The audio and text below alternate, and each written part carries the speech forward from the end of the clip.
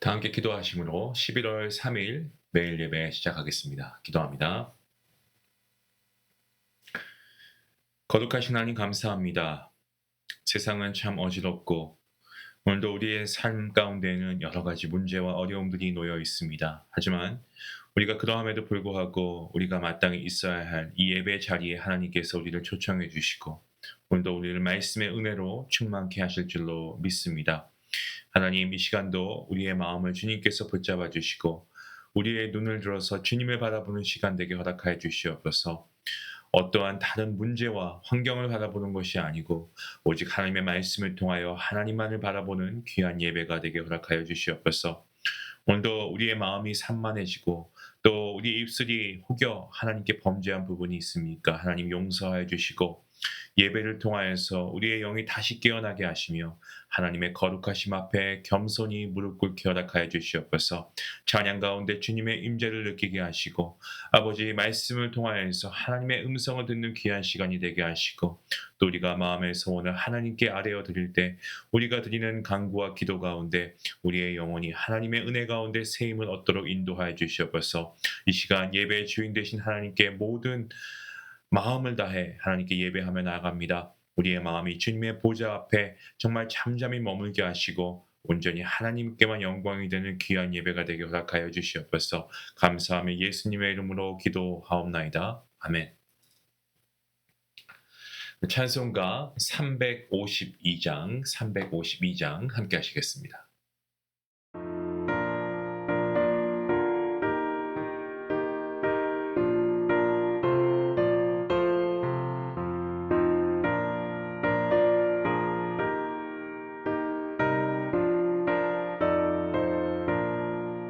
십자가 군병들아 주 위에 일어나 이들로 앞서 나가 담대히 싸우라 주께서 승전하고 영광을 얻도록 그 군대 거느리사 이기게 하시네.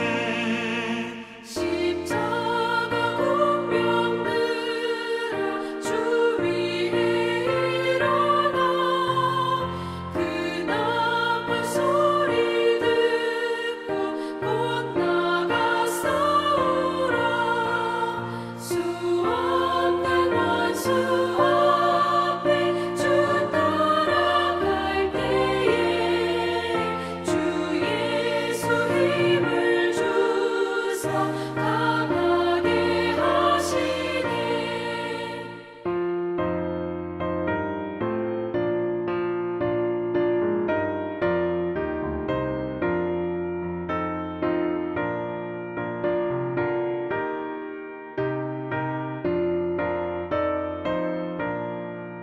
십자가 군병들아 주 위에 일어나 내 힘이 부족하니 주 권능 믿으라 복음의 감추 입고 늘 기도하면서 너 맡은 자리에서 충성을 다하라 십자가 군병들아 주 위에 일어나 이날에 접전하고 곧 해가 부르라 승전한 군사들은 영생을 얻으며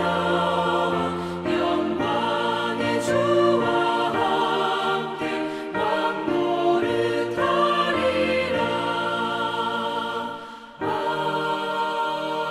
아멘.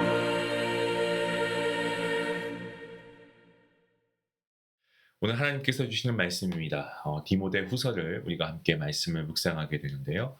오늘은 디모데 후서 2장입니다. 1절부터 13절까지의 말씀 되겠습니다. 네, 함께 말씀을 읽도록 하겠습니다. 내 아들아, 그러므로 너는 그리스도 예수 안에 있는 은혜 가운데서 강하고 또 내가 많은 증인 앞에서 내게 들은 바를 충성된 사람들에게 부탁하라. 그들이 또 다른 사람들을 가르칠 수 있으리라. 너는 그리스도 예수의 좋은 병사로 나와 함께 고난을 받으라. 병사로 복무하는 자는 자기 생활에 얽매이는 자가 하나도 없나니 이는 병사로 모집한 자를 기쁘게 하려 함이라. 경기하는 자가 법대로 경기하지 아니하면 승리자의 관을 얻지 못할 것이며 수고하는 농부가 곡식을 먼저 받는 것이 마땅하니라. 내가 말하는 것을 생각해 보라. 주께서 범사에 내게 총명을 주시리라. 내가 전한 복음대로 다윗의 씨로 죽은 자 가운데서 다시 살아나신 예수 그리스도를 기억하라. 복음으로 말미암아 내가 죄인과 같이 매이는 데까지 고난을 받았으나 하나님의 말씀은 매이지 아니하니라. 그러므로 내가 택함 받은 자들을 위하여 모든 것을 참음은 그들도 그리스도 예수 안에 있는 구원을 영원한 영광과 함께 받게 하려 함이라. 미쁘다 이 말이요. 우리가 주와 함께 죽었으면 또한 함께 살 것이요. 참으면 또한 함께 왕 노릇할 것이요. 우리가 주를 부인하면 주도 우리를 부인하실 것이다. 우리는 미쁨이 없을지라도 주는 항상 미쁘시니 자기를 부인하실 수 없으시리라. 아멘. 디모데후서, 저희가 이제 새롭게 말씀을 묵상하는 그러한 본문입니다. 디모데후서는 로마의 감옥에 갇힌 사도 바울이 에베소에서 목회하고 있는 디모데에게 보낸 편지가 바로 디모데후서입니다. 디모데전서도 그렇고요. 사도행전과 서신서의 정황을 종합해 보면 이 편지는 바울의 생애 마지막 서신, 그렇게 알려져 있습니다. 전승에 따르면 이 편지를 쓴 후에 바울은 로마 감옥에서 순교한 것으로 전해지고 있습니다. 오늘 저와 여러분이 함께 보는 디모데후서 2장, 이 말씀에는 이 바울과 디모데가 처한 절박한 상황이 고스란히 담겨 있습니다. 당시 바울은 복음을 전했습니다. 그러다가 로마의 감옥에 투옥되어서 공판을 기다리고 있었습니다. 반면에 디모데는 어떻습니까? 에베소 교회를 돌보면서 목회하고 있었습니다. 이 로마와 에베소는 해상과 도보로 한 달 이상 떨어진 거리였기 때문에 디모데는 바울이 살아있는지 그의 생사 여부조차 파악할 방법이 없었습니다. 그러한 상황 가운데 바울은 마지막이 될 수도 있는 편지를 쓰고 이 디모데는 생사를 알 수 없는 스승에게서 편지를 받고 있는 거죠. 바울은 그의 편지의 첫머리에서 사랑하는 아들 디모데, 그렇게 부르고 있습니다. 그리고 오늘 본문을 보시면 내 아들아 라고 다시 부르고 있습니다. 단순한 애정의 표현이 아니고요. 마치 죽음을 앞둔 아버지가 마지막 유언을 남기는 것처럼 정말 진심 어린 그런 호칭이었다라고 보여집니다. 바울은 복음을 그의 유산으로 남기고자 했습니다. 앞서 1장 말씀에서 바울은 아시아에 있는 모든 사람이 나를 버렸다라고 고백합니다.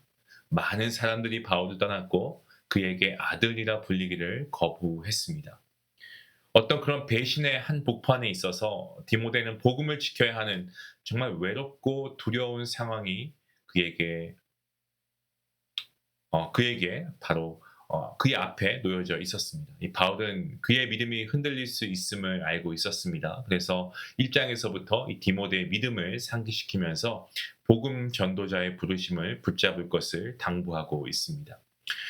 이에 바울은 이렇게 이야기합니다. 내 아들아, 그리스도 예수 안에 있는 은혜 가운데서 강하라라고 바울이 서두에서 이야기합니다. 이 말씀은요, 자기 스스로 강해질 것을 말하고 있는 것이 아니고 예수 그리스도의 은혜로부터 힘을 공급받으라라고 하고 있는 사도 바울의 권면입니다.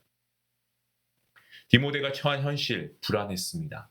주변은 배신과 두려움으로 난무했습니다.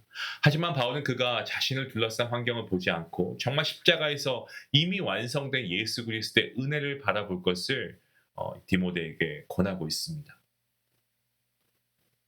바울은 여기에 머물지 않고 또한 복음을 맡기라는 사명을 덧붙이고 있습니다. 오늘 말씀을 보시면 2절 말씀에 또 내가 많은 증인 앞에서 내게 들은 바를 충성된 사람들에게 부탁하라. 디모데가 해야 할 일은 단순히 복음을 지키는데 끝나는 것이 아니었습니다. 바울에게 들은 그대로의 복음을 변형하지 않고 복음의 본질을 변형시키지 않고 다음 세대에 전하는 그러한 의무가 있었습니다. 박해가 심한 시대의 복음을 완화하거나 또 타협하고 싶은 유혹이 왜 없었겠습니까? 하지만 바울은 복음 그대로 변질시키지 말고 복음의 본질을 그대로 전하라라고 명령하고 있습니다. 복음을 맡길 사람은 유능한 사람이 아니고요. 충성된 사람이 필요한 것이 바로 이러한 이유에서 그렇습니다. 오늘 우리도 마찬가지입니다. 우리는 바울이 전한 복음 그대로를 믿고 그대로 전해야 합니다. 세상이 바뀝니다. 하지만 복음은 바뀌지 않습니다. 변하지 않습니다. 바울은 이어서 너는 그리스도 예수의 좋은 병사로 나와 함께 고난을 받아야 한다라고 말하고 있습니다. 복음을 따르는 사람을 예수의 군사, 예수의 병사라고 표현하고 있습니다. 하지만 바울이 여기서 말하고 있는 병사, 이 병사는 전쟁의 공격성을 의미하고 있지는 않는 것에 우리는 주의해야 됩니다. 여기서 좋은 병사라고 할 때 이 좋은 병사는요, 충성된 병사입니다. 헬라어 이 칼로스라고 하는 이 선하다라는 뜻을 가지고 있고요. 목숨까지 아끼지 않는 충성심을 뜻하고 있습니다. 그러니까 바울은 좋은 병사가 되라. 이 뜻은 뭐냐면 좋은 병사로 고난을 받으라라고 하고 있는 것입니다. 디모데에게 뭐라고 권면하고 있는 겁니까? 복음을 위해서 고난을 감수하라라고 하고 있습니다. 바울 자신이 감옥에 갇혀 죽음을 앞두고 있는 상황 가운데 그와 함께 고난받는다는 것 결코 쉬운 일이 아니었습니다. 하지만 그리 해야 함을 분명하게 말씀하고 있죠. 바울은 또한 운동선수와 농부의 비유를 들어서요. 복음과 고난의 관계를 설명하고 있습니다. 경기하는 자가 법대로 하지 않으면 승리자의 관을 얻지 못한다라고 이야기합니다. 복음을 가감하거나 어떤 상황에 따라 변형시키면 아무리 열심히 복음을 전해도 그 복음은 본질이 흐려졌기 때문에 무효가 된다는 겁니다. 수고하는 농부가 곡식을 먼저 받는다라는 말씀은 복음을 위해 뿌리고 헌신하는 자만이 열매를 얻는다는 겁니다. 고난 없이 복음의 열매를 얻을 수 없다라는 말씀을 보여주고 있습니다. 그리고 고난의 이유에 대해서 바울이 더 깊이 이야기하는데요. 내가 말하는 것을 생각해보라. 주께서 범사에 너에게 총명을 주실 것이다 라고 합니다. 바울은 단순히 고난을 권하는 것이 아니고 복음의 본질을 깨닫게 되었을 때 그 이유가 이해될 것이라고 이야기합니다. 그 핵심 구절의 말씀이 오늘 본문 8절 말씀입니다. 내가 전한 복음대로 다윗의 씨로 죽은 자 가운데서 다시 살아나신 예수 그리스도를 기억하라. 바울의 이 말은 너무나 분명합니다. 예수님은 십자가에 달려 죽으셨고 사흘 만에 다시 부활하셨습니다. 하나님께서 사람을 구원하기 위해 친히 인간이 되셨고 십자가에서 죽으셨습니다. 그 죽음은 수치가 아니었고 하나님께서 우리를 향한 그 사랑의 완성입니다. 예수님의 삶은 자신을 낮추고 남을 살리기 위해 죽기까지 복종한 삶 아니었겠습니까? 그래서 바울이 고백하지 않습니까? 복음으로 말미암아 내가 죄인과 같이 매이는 데까지 고난을 받았지만 하나님의 말씀은 결코 매이지 않는다라고 고백하죠. 자신은 지금 감옥에 갇혀 있습니다. 하지만 복음은 결코 매이지 않는다라고 선포합니다. 고난받는 바울의 삶이 복음의 능력을 더욱 드러내는 도구가 되었다라는 거죠. 바울은 고난받고 있습니다. 하지만 그의 고난은 헛된 것이 아닙니다. 그의 고난은 다른 모든 이들에게 복음이 전해지는 통로가 되었습니다. 복음을 위한 고난은 자기 수양이 아니고 타인을 위한 희생이다라는 것을 우리가 배우게 됩니다. 여러분, 우리가 고난을 받을 때 예수님의 고난을 생각합니다. 그리고 우리가 예수님과 함께 죽는다라는 이 표현 우리가 하지 않습니까? 우리가 주와 함께 죽었으면 또 함께 살 것이요. 이 사도 바울의 고백처럼, 그죠? 예수님과 함께 죽는다는 것은 내 자아, 내 욕심을 십자가에 못 박는다는 그러한 의미입니다. 여러분, 고난은 죽음으로 끝나지 않습니다. 주님과 함께 죽는 자는요, 부활하신 주님처럼 우리가 주님과 함께 살 줄로 믿습니다. 마지막으로 바울은 이렇게 덧붙입니다. 우리는 미쁨이 없을지라도 주는 항상 미쁘시니 자기를 부인하실 수 없으시니라. 사람은 변덕스럽습니다. 저도 참 변덕스러운 사람입니다. 우리 모두가 그렇죠. 연약합니다. 하지만 하나님은 강하시고 하나님은 절대 변하지 않으십니다. 하나님은 신실하십니다. 하나님의 신실하심은 우리의 실패로 인해 무너지지 않습니다. 우리의 실패까지도 사용하시는 분이 우리 하나님이십니다. 복음은요, 우리가 하나님의 신실하심을 분명히 믿을 때 그 복음은 역사합니다. 바울이 감옥에서 쓴 이 편지, 오늘 우리에게도 동일하게 들려지는 메시지인 줄로 믿습니다. 세상의 거대한 풍파, 흐름, 이런 유혹 가운데서 우리가 복음을 붙잡고 사는 것은 고난의 길처럼 보여집니다. 하지만 그 길의 끝은 생명의 길입니다.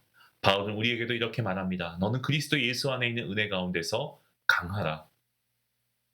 사랑하는 성도 여러분, 우리의 힘으로 불가능합니다. 하지만 하나님의 은혜 안에서는 가능한 줄로 믿습니다. 예수 그리스도의 은혜가 우리를 강하게 하시며 예수님의 십자가가 우리의 연약함을 새롭게 하시는 줄로 믿습니다.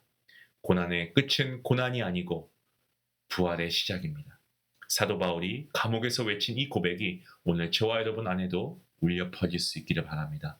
세상 흔들려도 환경이 어려워도 오직 주 예수 그리스도 안에서 은혜 입어 더욱 강하여지고 주님의 좋은 병사, 신실한 충성된 병사로 하나님께 영광 올려드리는 저와 여러분 삶이 될 수 있기를 주님의 이름으로 축원합니다. 기도하시겠습니다. 하나님 아버지 감사합니다. 사도 바울이 디모데에게 편지를 하고 있는 그때에도 정말 많은 어려움이 풍파가 있었지만 2000년이 지난 지금도 순전히 복음을 따라 사는 것은 결코 쉽지가 않습니다.